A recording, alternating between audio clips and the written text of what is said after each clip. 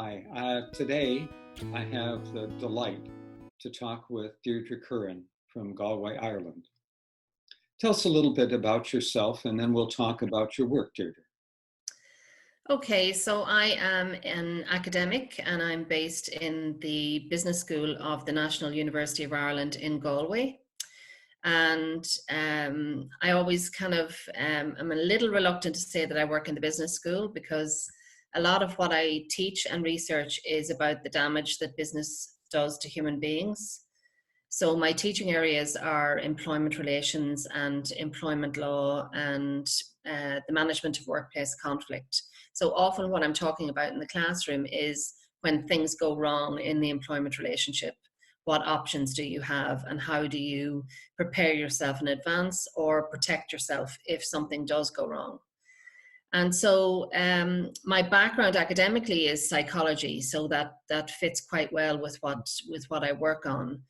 But and researching is part of what I do as an academic, but I was kind of looking around for a new avenue for research. And because workplace conflict is something I'm very interested in, and because mediation was becoming increasingly present in the whole discussion and writing on workplace conflict, I decided a number of years ago to go back myself and train to be a workplace mediator. So I did a diploma in mediation and conflict resolution at the Kennedy Institute in Maynooth University, which is on the east coast of Ireland. So once a month I would travel to Maynooth and I would be a student rather than a teacher to learn about workplace mediation and think about mediation. And it was a wonderful experience because to find yourself on the other side of the classroom and to have that opportunity to think and to learn and to open your mind to new possibilities was just a wonderful privilege. So I was doing the mediation diploma part-time while I was still working on the day job back in Galway. And I only ever really went to do the mediation diploma, not so I could practice as a mediator, but so that I could look at researching in that area. So when I finished the diploma, I looked around to see what mediation research was being done in Ireland, and I found that there was remarkably little research being done. We had some kind of senior academics here in Ireland who were looking at approaches to workplace conflict at the macro level, either nationally or in organisations. What are organisations in Ireland doing in terms of conflict resolution? But almost no research looking into the process of mediation at micro level. Is mediation in practice what we think it is in theory? Is mediation used as frequently as people seem to think it is? Is it as effective as the textbooks would have us believe? There was almost no research being done on that. So I reached out to see if I could find anybody else and joined with two other people who seemed to be working in this area. And we formed what was then became the Kennedy Institute Workplace Mediation Research Group. And the reason we were based at the Kennedy Institute was the Kennedy Institute, although on the other side of the country from me, was being led by a man called Peter Cassells at the time, who was wonderfully warm and encouraging and said, look, because the three of you are based in different parts of the country, why don't you use the Kennedy Institute as a base? We'll provide you with some heat and a kettle and some coffee, and you can come and talk about your research there. So that was the start of the Kennedy Institute Research Group. And within 6 months, we had a seminar because we really figured that there were more people out there, practitioners, researchers, students who would be interested in mediation research, this kind of micro level mediation research. We knew they were out there. So we put out this invitation to a seminar, and we were hoping that we would get about 30 or 40 people, and we had to stop accepting people at 100 because the venue wouldn't hold them. And these were people from trade unions, from practice, students, people who were interested in doing research into mediation, people who were interested in facilitating research into mediation, or people who wanted to use research to inform their practice. Wow. So that was a wonderful, enlightening experience. And as a result of that, the Kennedy Institute Research Group, the membership swelled to 20 people who were willing to commit to being involved in the development of workplace mediation research in Ireland for only one purpose, and that purpose was to inform practice. So the research group is a really eclectic group because it's not a bunch of academics. We have some people who, like myself, are pure academics or impure academics. We have people who are pure practitioners, and we have people who straddle those two disciplines. So we have practitioners who are studying for PhDs or postgraduate level mediation qualifications. So that was a really, really interesting development, because you had the academics bringing in the academic and the practitioner bringing in the practitioner and working with each other and around each other. It became a very interesting world to work in. So as an academic, the expectation on me is that I will produce articles in high-level journals, 4- and 5-star journals, that are usually written in a form of English that nobody really wants to read. And generally speaking, people have lost the will to live by the time they get to the end of the abstract. I don't really want to be involved in that, although that is what the metrics of the universities here are measured by.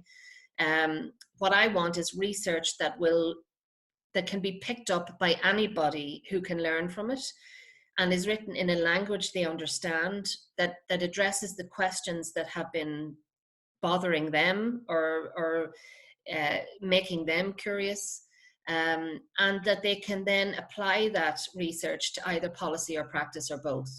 And that is the same for all of the members of the research group. At the risk of interrupting, which I am doing, and the only reason I do that is to note that it isn't just that you say that this is what you want to do by way of research and the way about research. In fact, you and others at the Kennedy Institute Workplace Mediation Research Group published pieces that demonstrate exactly what you say about the nature of writing and the value to practice. And so, at the end of our conversation, I'll make sure to post one or more links that to the work of the research group, because there are articles there people can download and read that are really remarkable in many respects. One of which is that as a practitioner, you can pick it up and you can understand exactly what was done, why, and what are the implications. Yeah, and possibly the link to our website as well, because it might be interesting for people to see who's involved and where are they coming from. So the accessibility, the legibility, the freely available are all part of this idea that research should be out there for people to pick up, understand, and use in order to inform their practice. So so for every project that we do, and we work on a kind of a research project by research project basis, we produce, our first priority is to produce that research report that you talked about, that is freely available and promptly available. Because the other thing about academic writing is it's often 2 or 3 years later before the article gets published. Right. So you can produce a research report within 6 months, so it's still live and it's still valid and it's still relevant. Whereas if you wait for the academic publications, it usually takes a good bit longer. Mm-hmm. So the way we work as the 20 people in the group is, so far we get approached about a project, so it will be an issue or a concern that can be addressed by research. So we'll be approached by an individual or a group, and we will put that idea out to the 20 people in the group, and typically 6 or 7 will say, I am going to commit to being involved in this project until it concludes. And so the project may take 6 months, it may take 18 months. The one we're working on currently has exceeded 18 months. So those people have committed to working on it. And I suppose for me, the other real beauty of working with these people is that everybody has a job. They're all working people, and yet when they, when they say they will do something, they do it. So working in academia, if you have a committee meeting and there's a list of jobs to be done, you can dramatically see people start to look at their feet and shuffle their papers. But in this group, the hands go up and people say, I will look at the literature in this area, or I will draft the questionnaire, or whatever it is, and it gets done.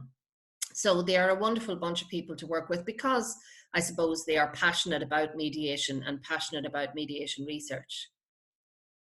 Marvelous. So I wonder if you could talk about a research project you either have completed or are involved in. I would be really interested to know sort of how you got involved in it, what it entails, what you're hoping to achieve, what your hypothesis is. Yeah. Just the whole, Okay. as you would like to talk about Okay. any piece of your research, that would be wonderful. Okay, so we did a piece of research a number of years ago. We were approached by the Mediators Institute of Ireland, and they said, we'd really like to know what are the skills, competencies, and behaviours of effective mediators. And so we said, okay, we'll take that on as a project. And so what we did was we looked at the international literature on the skills, competencies, behaviours of effective mediators. And then we looked at what were the implications of what we were reading about, or the themes that were emerging from the literature for policy, practice, accreditation, training, regulation, etc., in Ireland. And so that project was, in terms of funding for the research, we never ask for money, except enough money to cover the cost of the research. This is not a money-making exercise, but it can't cost us money to do the research either. So we simply ask for enough money to do the research.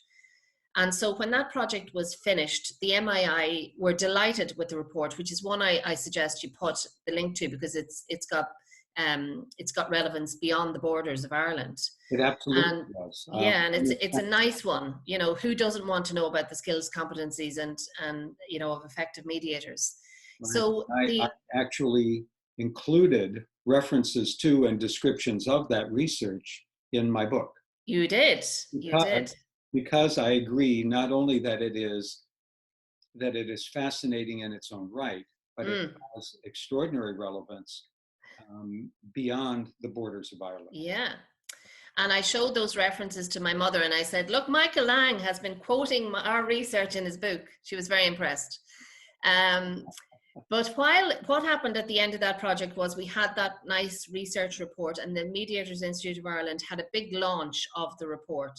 And attending that launch at the time was a visiting academic from New Zealand, who just happened to be on sabbatical leave, and he was spending some of his sabbatical at the University College Dublin. And he had heard about this launch, and he went along, and at the end he came up to myself and some of my colleagues on the research group, and he said, it would be really interesting to do a research project, a comparative study between public provisions for workplace mediation in Ireland versus New Zealand. And that was the start of our third project. We did another one in between, but the project we're currently working on is that project. So it's effectively a comparison of the mediation service of our Workplace Relations Commission here in Ireland, which is where you would access state-funded mediation, and the Employment Mediation Service in New Zealand, which does the same job. And so when we launched the project, we thought, well, we don't just want to get a magnifying glass and look inside the EMS and the WRC. We want a much deeper, much broader analysis. So we decided that we would look at the evolution, use, and effectiveness of these services. So to look at evolution, you have to take a historical perspective. Where did we come from to get to where we are today? What were who were the key influences? What was the evolution of ideology that led us from where we were way back then to where we are now? So the evolutionary bit required a historical perspective. The use then is looking at to what extent are these services used, who's using them, who's not using them, how, frequent users and all of that kind of data. And then the effectiveness is, how do they measure effectiveness? And are those measures of effectiveness the right measures?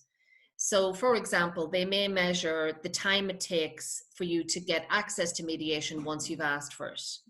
And that is a measure, but it doesn't tell you very much about the effectiveness of mediation.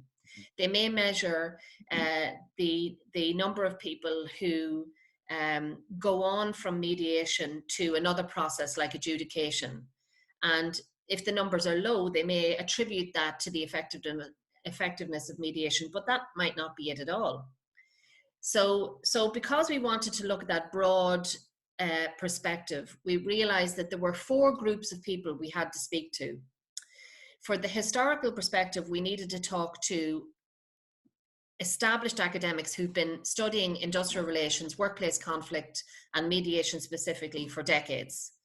So typically, you'll have to forgive me, old white men in Ireland who had that armchair academic historical perspective on how we have evolved in terms of workplace conflict and mediation. For the use and effectiveness, the second group were what we called key influencers. And these are people who might have been political people who had structured, helped to structure the system. They might have been former heads of institutions like the Equality Tribunal or the Labour Relations Commission here, who had some hand in crafting the structures as they evolved. The third group then were key users of the system, because as you know, mediation is confidential. So you can't easily get access to the clients or the parties themselves. But there are clearly people who represent people frequently in mediation at state level. And they're typically employment lawyers, trade union people, citizens advocates. So we call those key users of the system. And then the fourth informing group were the mediators themselves. So because we went that broad and that deep, we're now into the second year of that project. We are hoping to have that concluded by the end of 2020 and have the research report available. Our hope is that it will inform academics, that it will inform practitioners, that it will influence policy development, that the service in Ireland can learn from the service in New Zealand and vice versa. So hopefully there will be an awful lot of useful data out of that project. And I was just talking about this yesterday because I was teaching a group of would-be mediators in the Kennedy Institute yesterday afternoon, and we were talking about this project, and I was saying to them, for me, one of the benefits of research is it challenges what we think we know. So, for example, when I started to study mediation, I became almost evangelical about it because the benefits to me are strikingly obvious. And the main benefits from my point of view are that it gives voice to the parties. That's really important to me, that the parties are allowed to say, this happened to me and this is what the impact was on me. Second major benefit is that it leaves the control over the process with the parties themselves. And the third significant benefit for me is that it allows for creative outcomes. So as part of this project, creative outcomes beyond other processes. If it's a legal process, it's black, white, you're getting this, you're getting that. Right. But with mediation, the potential for thinking outside the box and coming up with creative outcomes that give each party more than what they expected, and allow them to walk away with their head held high. But as part of this project, I got to travel to New Zealand, which was a wonderful opportunity. And so while I was in New Zealand, I conducted a lot of the research interviews there of those 4 groups of respondents that I mentioned earlier. But I was only in New Zealand a wet week, and it was a wet week. Ireland had just beaten New Zealand in the rugby, so I had to disguise my accent for the first week. And I made some joke to a taxi driver once, and he almost threatened to throw me out of the taxi because they take their rugby very seriously. But I was only there about a week, and a senior mediator said to me, would you like to sit in on a mediation? And I said, well, I'd love to, but would that be okay with the parties? So he said, I'll clear it with the parties. So I found myself sitting in on a mediation. And this was just a routine mediation that was conducted by the Employment Mediation Service. Did the parties have a voice? In my view, no, they didn't, because each party came with legal representatives, and it was the legal representatives who did most of the talking. Okay. There was only a joint session at the beginning, and then they were put into separate rooms, and there was a shuttle back and forth over the amount of a financial settlement. So were there creative outcomes? No, there weren't. Did the parties have control over the process? No, they didn't. And it was really, I was in the corner trying to bite my lip, from screaming, where is the voice of the complainant? Because the person who had requested mediation, the complainant, had been terminated from her job with a charity. She had worked for the charity for 9 months voluntarily, which was then converted to a paid position. And within 6 months, she had been terminated. And so all through the process, she was silent. And when it was becoming clear that there was going to be no agreement because the gap between the two parties was too wide, in the side session where she started to talk about what had happened to her and about the impact it had on her and about how she hadn't looked for another job since because she was afraid it would happen again. And the impact on her, she was a single mother with a 19-year-old son, and the impact that it had had on him, what had happened to her. And so the mediator says to her, if I bring the other party back in, will you say all that? Which is what should have happened at the beginning. And by that stage, she was so disgusted with what their legal person had said about her and about what happened that she couldn't stomach the thought of actually being in the same room with them again. Yeah. So that's what I mean about, if you look at mediation and if you look at what the agencies are saying mediation is and what they do in mediation isn't necessarily what's happening in practice. And so to me, that's the beauty of research. How would we know if we didn't research it? We would assume that what they say is happening is what's actually happening. Right. And to be able to get in and actually see and viscerally experience it. Yes. But then you've got to go from a one-off experience. Yes. To having a sense of the collective. How representative. Yes. Was this mediation of the patterns? I mean, now you've seen one. Yeah. Is it in fact just simply an N of one, or is it more representative broadly of the nature of practice? Well, Michael, you'll have to wait and read our research report. Because that's what our methodology is designed to extract. So unfortunately, we won't get to be observers at many mediations for this project. That was almost a once-off opportunity that couldn't be missed. But in each country, we're going to interview a significant sample of the mediators who deliver the service. And even by asking questions like, in what proportion of cases are both parties in the same room for the whole mediation? In what proportion of cases is the employment relationship terminated by the time they get to mediation? What are the typical outcomes from mediation? Is it simply a financial settlement, or what other ingredients would you typically find in? So we can get at that information in a way that gives us a much better picture than we've ever had before. Will it be perfect? Will it be the whole answer to everything? No. So, something else I found about research is with each piece of research you do, it develops an itch to do another piece of research. Well, it's iterative, isn't it? Yeah.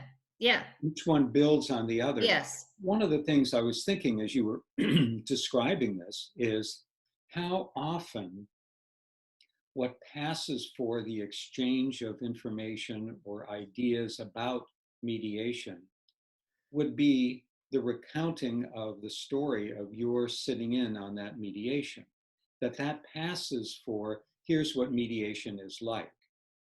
And one of the things that researchers help us do, as I experience it primarily as a practitioner, is you are able to more broadly generalize you can take that one incident and say, is this representative? Is this just a unique situation? Yeah. And help us as practitioners understand what Mm. broader view looks like. So yes, I am excited about reading the research to find out Yeah. where that led you. But it could well be, Michael, that even if you and I started to talk about what we understand to be mediation, there would be a difference. I Sure. think that's part of the problem, that there is no clear understanding of what mediation is.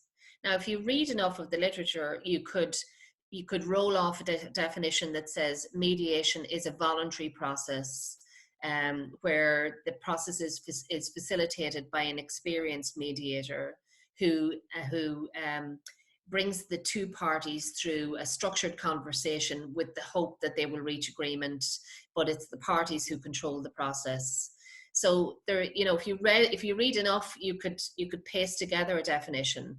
But for me, you could challenge almost every question, every word in that definition. Is it voluntary, really? When you look at state mediation, is it confidential?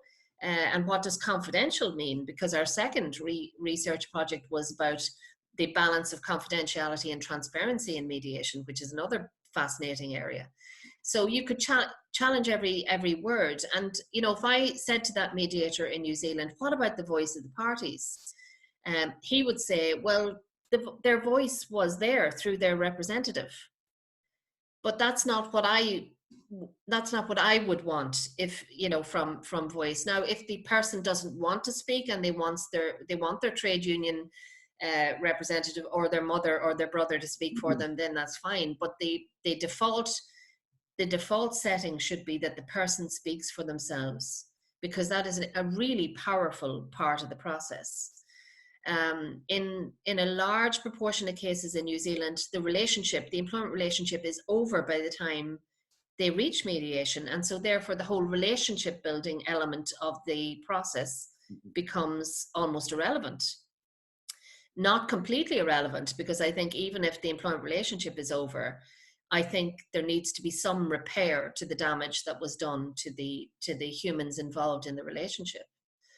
But for example, another example here in Ireland, in the workplace mediation, if you have a complaint about work and you make a complaint to the Workplace Relations Commission, they will send you to a service which they call mediation. And effectively, it's a helpline. So the person on the helpline will phone the party who made the complaint and find out more about it. Then they'll phone the respondent, usually the employer or a representative, and they will do this back and forth over the phone. So in that case, the two parties are never in the same building, never mind in the same room. It's simply about finding out, what is the complaint and how do we address that complaint. But as I've often said to people when I teach about conflict management, conflict is often based on an unmet need. So if I make a complaint that my supervisor made a decision that I'm objecting to, the unmet need might be that I felt disrespected, or that I felt I didn't have a voice about the issue, or I wasn't invited to share my opinion. And so if you deal with the simple issue on the surface, you're not dealing with the unmet need behind that. And so often in mediation, the beauty of mediation is you can dig beneath the presenting issue and find the unmet need. And if you make that better, then you're less likely to have the superficial issues going forward. So here is something that I find intriguing, pardon me, and wonder about. How did that process in New Zealand, how was it established? What are the conceptual, the thinking, the underpinnings that led to that? What's the vision that people had? Because I would think that what you see is based on somebody's vision of what mediation should be, could be, Yeah. ought to be. Yeah. So part of it is you have to look at the ideology behind the decision makers at national level who put these structures in place. And over time, I've noticed here in the last 10 years, mediation has become much more a word that's part of common diction here than ever before. So people are increasingly talking about mediation and referring to mediation. And when it came to restructuring the institutions at national level and the legal framework that underpinned those structures, if you did a search and find for terms and you put in the term mediation, it's all over the document. Mhm. So, in a way, I feel that the discussion about mediation was faster than people's understanding of what it actually is. And so, when people were talking about mediation, they weren't they weren't always talking about mediation. You know, when they say, oh, so there was this dispute and the dispute was mediated, when you look at what actually happened, it wasn't really mediation as you or I would understand it. Right. So I think the concept of mediation started to filter out before people really understood what it meant, and and those two things still haven't caught up. So there's a big job of work to be done in educating people as to what, well, it depends, you know, because you could argue that what I've just said about the helpline, you know, people might say, well, that's, you know, that's fair enough. I'd call that looks like mediation to me. But we just need some kind of common understanding about what it is we're talking about.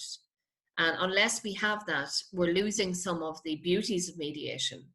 Um, while on the surface it looks like we're doing lots of it. Yeah. It seems to me that the kind of mediation you described in New Zealand, and I wonder whether you've encountered this in Ireland as well, is a very result oriented Mm, rather than a process oriented approach. yes. As you described, the beauty as you see it of mediation, Mm, it is that it is a process that can lead to a favorable outcome. And the description you gave of the mediation is that it's not much of a process. It's purely a focus on whether there will be and what shape it will take if there isn't. mm, yeah. Um, I think it would be a bit premature to draw that conclusion just yet, and I would be optimistic that it's not quite as bleak as that one mediation may have suggested. And also, you know, the beauty of research is that maybe it will provoke change in a direction that is positive. Um, Go back and start again and tell me what was the beginning of that, because it triggered something in my head.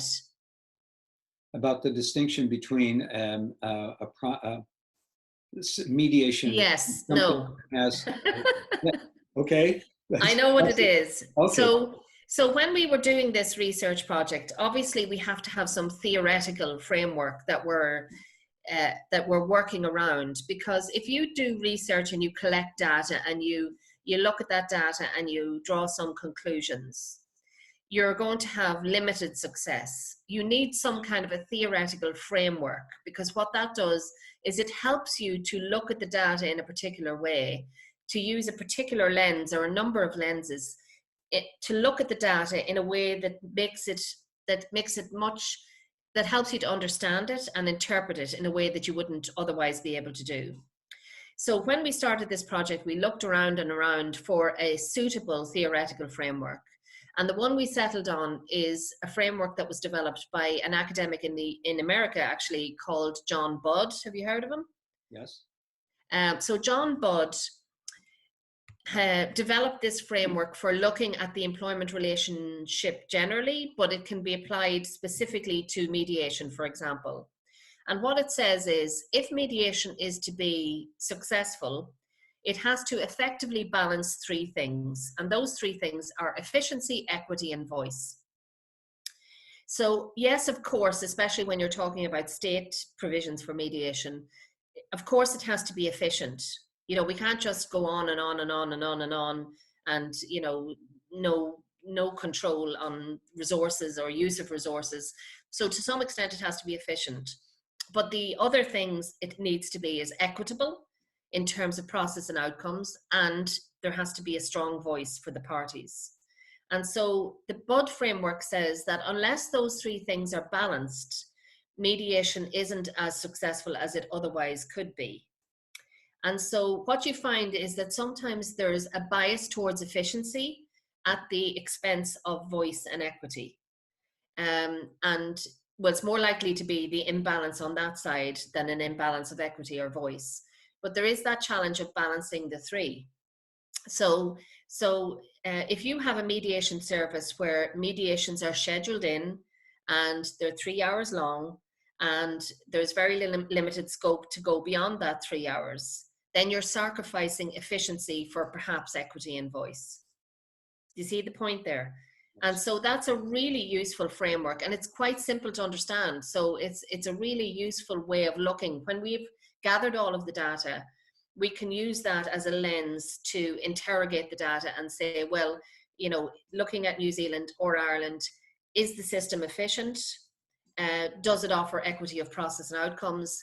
And where do we stand on the issue of voice?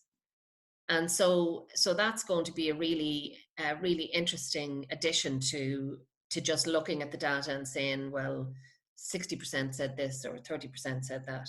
Yeah, I mean, well, you know from our conversations and from my writing that I'm very concerned from a practitioner perspective. Yeah.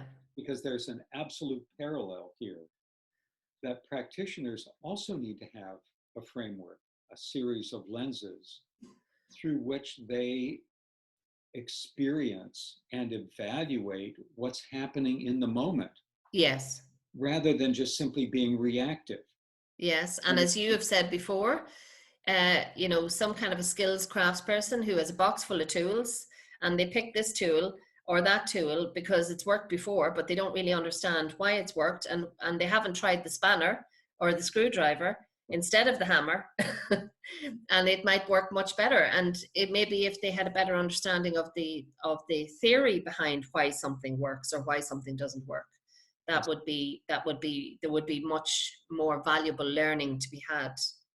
Because otherwise we just repeat, we do the same thing again and again and again because it's worked in some situations. Yeah. Same thing, I think, with scheduling 3-hour mediations. Yeah. Where did that come from? Efficiency. Yeah, came up with, well, yes, it's, we have our morning coffee or tea, but then we have lunch. And so we're like, right? Yeah. And after lunch, we have that until it's time to go home. Yeah. So half a day. But I'll give you another beautiful example. So in the employment mediation service in New Zealand, they used to have a receptionist, and the receptionist was considered by everybody I spoke to, because her name kept coming up in the interviews that I did, was considered to be brilliant. Because what she would do is she would contact the parties before the mediation, explain to them what was involved, put their mind at ease, just be that friendly person on the end of the phone. When they arrived at the mediation, you know, she was the friendly person that they had talked to. Now they can put the name to the face. She remembers their name. She remembers that they had to reschedule because their eldest child had tonsillitis. Mm-hmm. She just had that ability to connect on a human level. Efficiency kicks in and her job is cut. And that was seen as a tremendous loss. I mean, if you looked at on paper at what she did or what her role was, it didn't seem to be particularly valuable or valued, and so they cut it. But what she actually did was priceless. Well, and this comes down to deciding what's mediation, because when I teach mediation, her first phone call to the parties is the start of the mediation. Yeah. She's not doing something apart from, she's doing something that is a piece of, it's a segment of the mediation as valuable as writing up an agreement or a piece that takes place. And if And we, she was incredibly organized. So she would badger the mediator afterwards to make sure that the paperwork that needed to be done was done on time and filed in the proper way. And so she was a huge loss when she went. But that's efficiency. That's over focus on efficiency at the expense of process and equity and voice and everything else.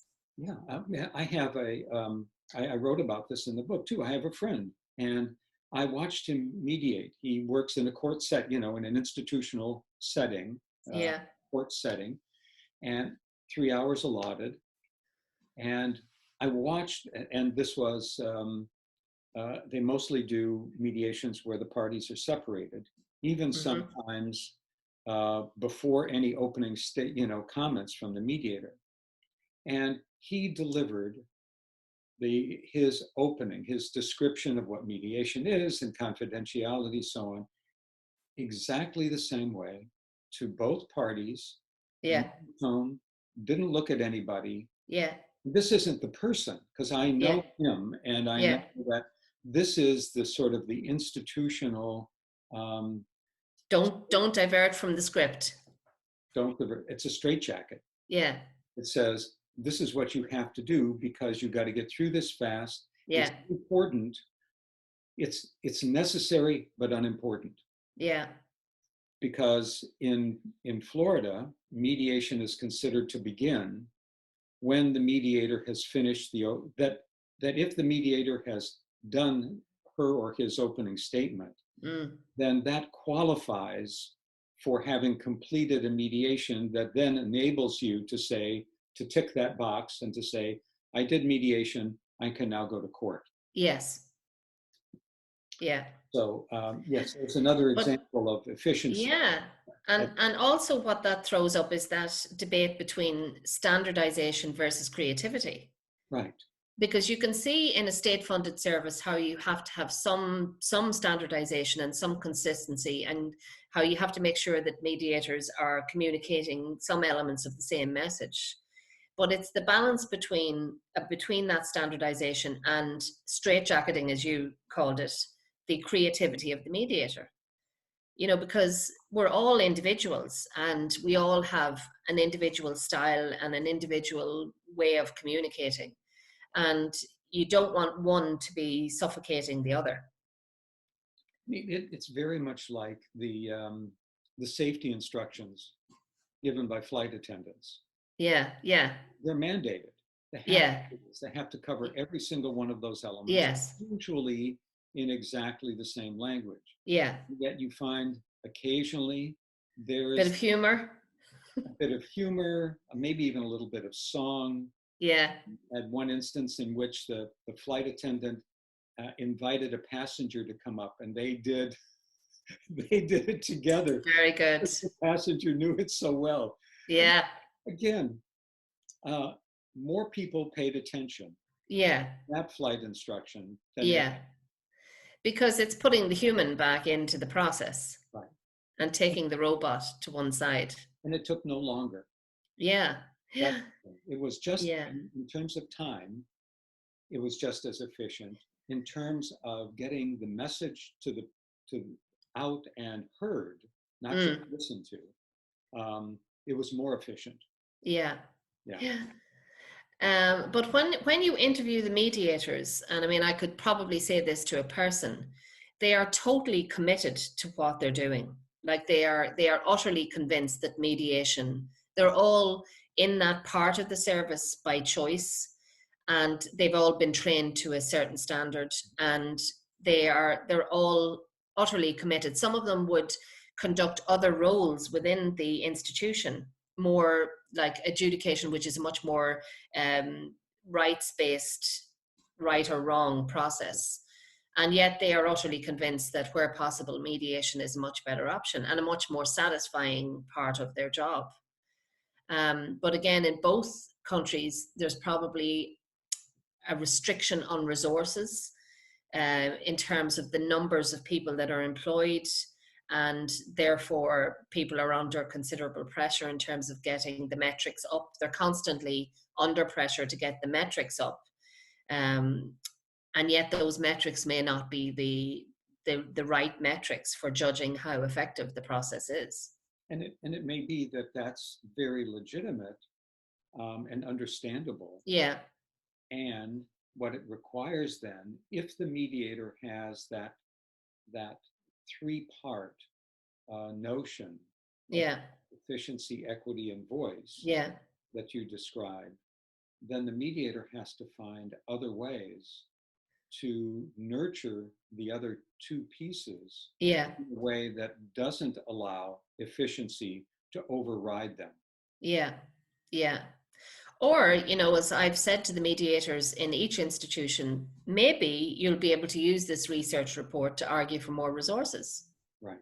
If the state is saying, oh, we believe in mediation and we think mediation is important, and we support the use of mediation, then maybe having some hard metric data uh, can be used as an argument for how resources need to be increased. Exactly. Yeah.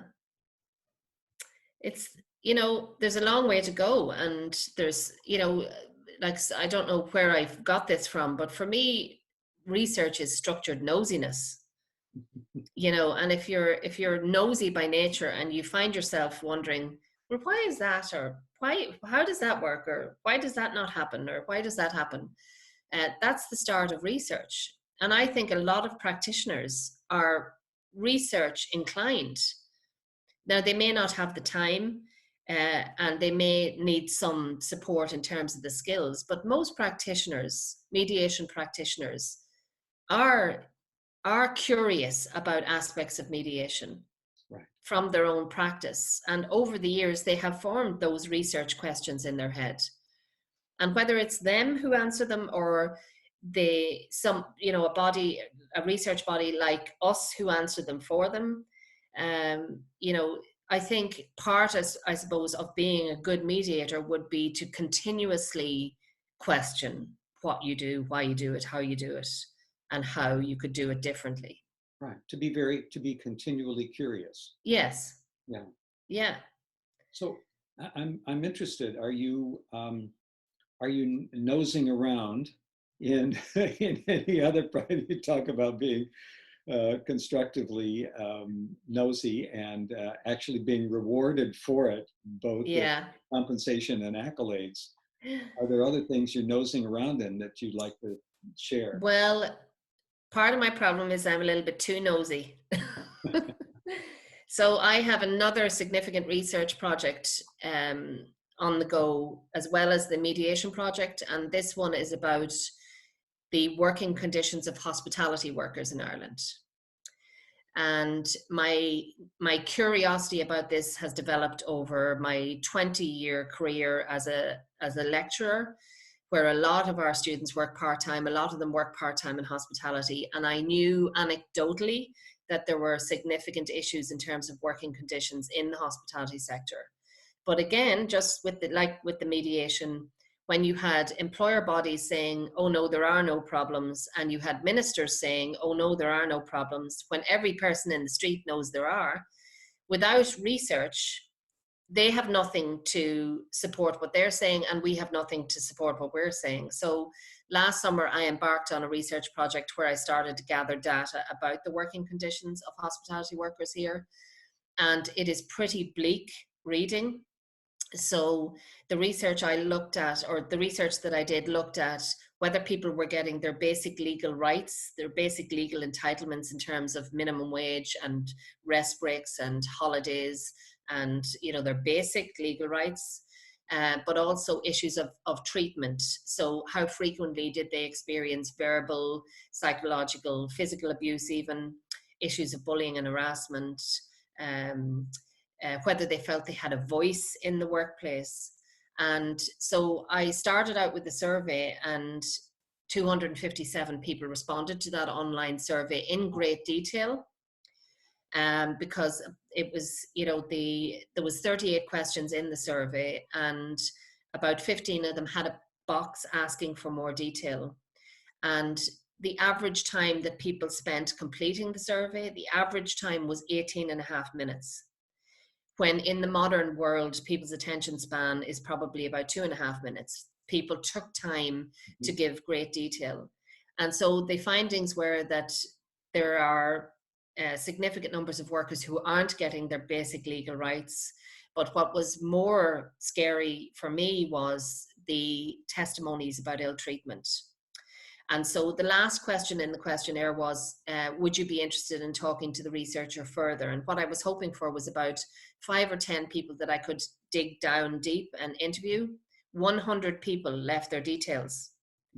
So I had a kind of a panic moment where I thought, okay, this is a non-funded project. I have no resources, no time, but I've opened a window to these people and I can't close it. Right. So I came up with an idea, which was that I would offer them 3 options. One is they could be interviewed face-to-face. I would travel to meet them face-to-face. We could do this kind of Skype or Zoom conversation, or they could submit an audio file responding to 3 simple questions. What do you like about working in hospitality? What do you not like? And tell me about an incident where you felt unfairly or badly treated. What happened? What did you do about it? What was the outcome and how did it make you feel? And so most people chose that vehicle.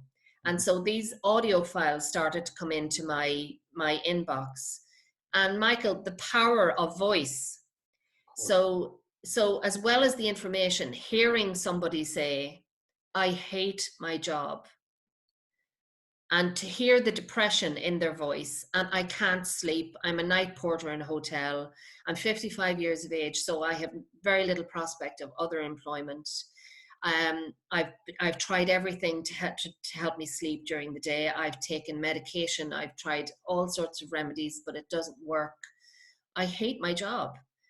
Or you have a young woman tell you about an incident in a restaurant where there was a table of the employer's friends in for dinner, and she was assigned to that table because she was the best waitress, and she puts up with all the banter that you get and all of the sometimes inappropriate comments that you get. But she goes behind the bar to get some drinks for them, and one of them follows her behind the bar, pushes her up against the wall, and has a good old rope for himself. And you hear her voice on the audio file saying, that's 6 years ago. And even as I say this out loud, I can feel the blood rushing to my face. So that's really powerful stuff. So I'm working on that at the minute. 55% said that they had witnessed or experienced harassment on the basis of age, gender, or race. 64% said they had witnessed or experienced bullying. 15%, which is a low number, said they had been subjected to physical abuse sometimes or often. Physical abuse. This is where someone in a position of power puts their hands on you or throws something at you. Right. And so that research has gained a lot of media attention. And in fact, I had an opportunity to speak to some of our government ministers. And whenever I'm asked to speak about it, I use the actual words. I have cue cards with the actual words from the survey or from the audio file, a couple of sentences on each cue card, because they may not be the best English and they may not be the most eloquent, but by goodness, they get the message across. They're the most and so when you read out those words, when I say 55% witnessed or experienced harassment, when you read out the words of somebody who was a victim of harassment, it's a really powerful thing. And what these workers are saying to me is they have no voice. They don't speak up. If an incident, there's very low levels of reporting. If they do report, it's very unlikely that the issue will be addressed in a satisfactory manner. So they don't have a voice. And so, as I said to somebody recently, I feel that it's both a privilege for me, but also a responsibility that I get to be their voice to a certain extent.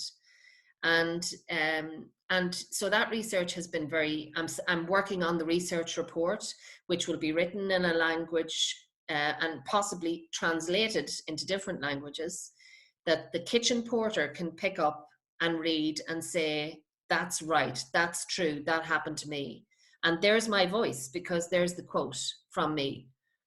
So I'm just obsessed with research, and my working week is about 140 hours long, but it's mostly my choice because, there aren't enough hours in the day to get this done. And this is only one tiny step on an ongoing journey. I want to look at what it's like to live on the minimum wage is a project that I've earmarked for next. I want to look at the experience of non-Irish workers in hospitality, because I didn't get at them in sufficient numbers. There's so much to be done. Yeah. Let me just, before we conclude in a few minutes, I'm interested to know, because here you are, something sparked your interest in looking at the hospitality workers. And now, Yeah. as you say, you've been both privileged and have a sense of responsibility to make some use of the information that you've collected for their benefit. Yeah. You didn't do this for self-aggrandizing purposes. You did this No.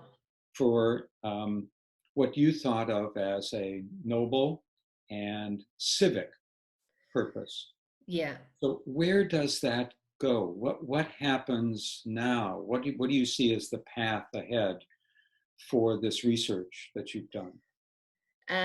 So firstly, without allowing you to make me sound like Mother Teresa, I am white middle class academic. I'm in a very well paid job. I'm in a secure job. It is not hard for me to speak out.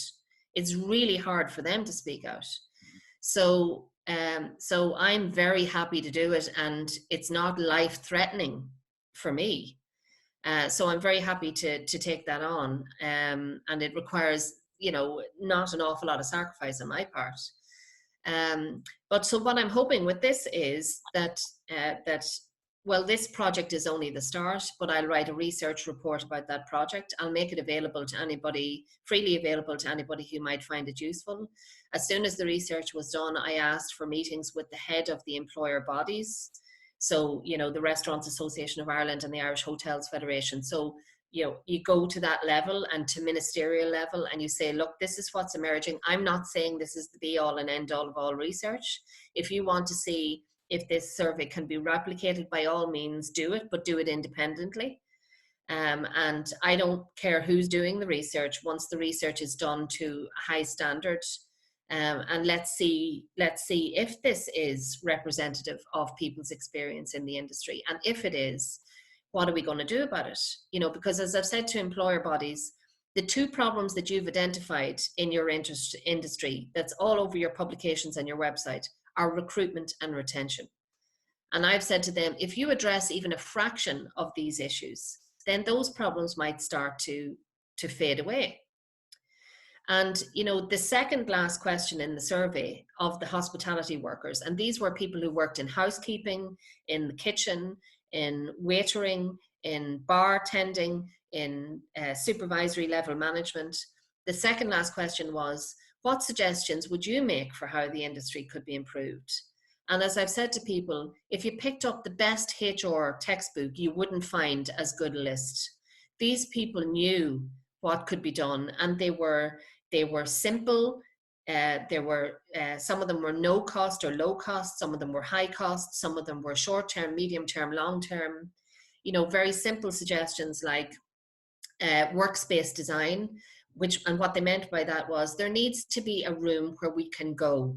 So when we're on our break and we've just dealt with really difficult customers, there has to be a space where we can go and scream or eat or talk to each other about what just happened. Something as simple as that. They don't have a space for themselves, all the way up to HR managers need to do their job. And that sounds like a simple statement, but for me, HR professionals have moved too far away from workers and are too closely aligned to employers. And we need to get some of that balance back, because workers are not reporting, in big hotels, they're not reporting incidents to HR because they are pretty sure that nothing's going to happen. Yeah. And I wonder if that triangle or that tripartite piece that you talked about, efficiency, equity, and voice, might not apply as well to what's happened to the folks in HR Absolutely. who in our experience in the past would have been in HR professionals would have been interested in and focused on all three Yes. of those elements. Yeah. So that is definitely a useful theory for the hospitality project as well. But the other useful theories, like there's the theory of emotional labor. So in restaurants and hotels, part of what the employer is buying is their physical labor, but they're also buying your emotional labor. They want you to go out there with this smile on your face and and and serve the customer in a way that makes them want to come back again. And how are they supposed to do that if in the kitchen they're being treated like, you know, the worst kind of dirt? So for the hospitality project, there's lots of informing theories that can help me interpret the data and understand the data and explain how it could be different. But the point I think I want to come back to are two things that two critical pieces, because it applies, it seems, to all of the research that you're interested in. One, you begin with a theory. You have some conceptual framework. Otherwise, you've got a bunch of information and Yes. to process it. And secondly, that it isn't research done for the sake of just to prove a point or Yeah. to fill a journal. Yeah. The research that you do has a very direct, clear, practical application Yeah. for people whose lives would be affected day in and day out, whether those people are those who are participants in, including mediators and counsel and trade union representatives, or the hospitality workers. Yeah. Now, that's not to say that the high level journal research is all a waste. So, for example, if you've got people, as we do on campus here, who are researching a cure for cancer, then that's high level research that has to be done and must be done to very stringent and high levels. There is research which develops theory. So what I'm saying is I'm drawing on theories that are established and have been developed, but there's researchers out there who are developing new theories. And that's very valid as well. So I'm not saying that all research should be practical and applied. We also do need that high level theoretical stuff. And we do need stuff that is so well done that it needs to be placed in the highest level of journals. But my argument would be that too much, in social sciences, we're not curing cancer. We're not addressing infertility. We're looking at processes and management, and yes, it's really important, but it's on a different level. So, I think there are different types of research, and there are people who have a competence in different types of research. I just feel that the best place for me is to do the practical applied research and leave the other stuff to other people. And I think that's what I was wanting to focus on. And also, I think, as an example of the theoretical research, that without Bud's work, yeah, you would not necessarily have the framework you could then use. And that work was developing theory. Yes. And there may be other budding buds out there. Right. That will give us another lens to use in the future. Right. I'm hoping we can have another one of these conversations. It's always a pleasure. Enjoyed it. And at the risk of palaver, I'm just going to note for those people who are watching this video that the music at the beginning and end was composed by Deirdre's son, Jake Morgan. And I give birth to him, which I remind him every day. I didn't do enough research in advance, but the outcome was very, very satisfying. Brilliant, as far as I'm concerned. But I would like to say to anybody who's watching this video that if anybody wants to contact me for matters of research, either specific or general, I am very happy to talk to anybody. You can probably guess this is something I love to talk about. So I'm very happy to be contacted, and I don't know whether you want to share my contact details, but I'm happy for people to make contact. I will, at the end, I'll share your contact information, the website for Maynooth, and the website for the research group. Great. Yeah. Great. Great. Thank you, Deirdre. Thank you, Michael.